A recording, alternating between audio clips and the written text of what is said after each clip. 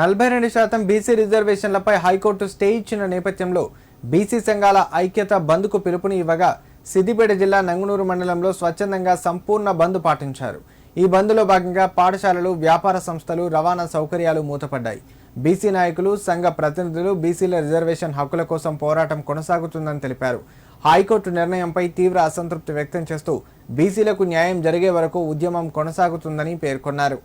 బీసీలకు 42% రిజర్వేషన్లను చట్టబద్ధత కల్పించాకే స్థానిక సంస్థల ఎన్నికలు నిర్వహించాలని డిమాండ్ చేశారు. బీసీల ఐక్యత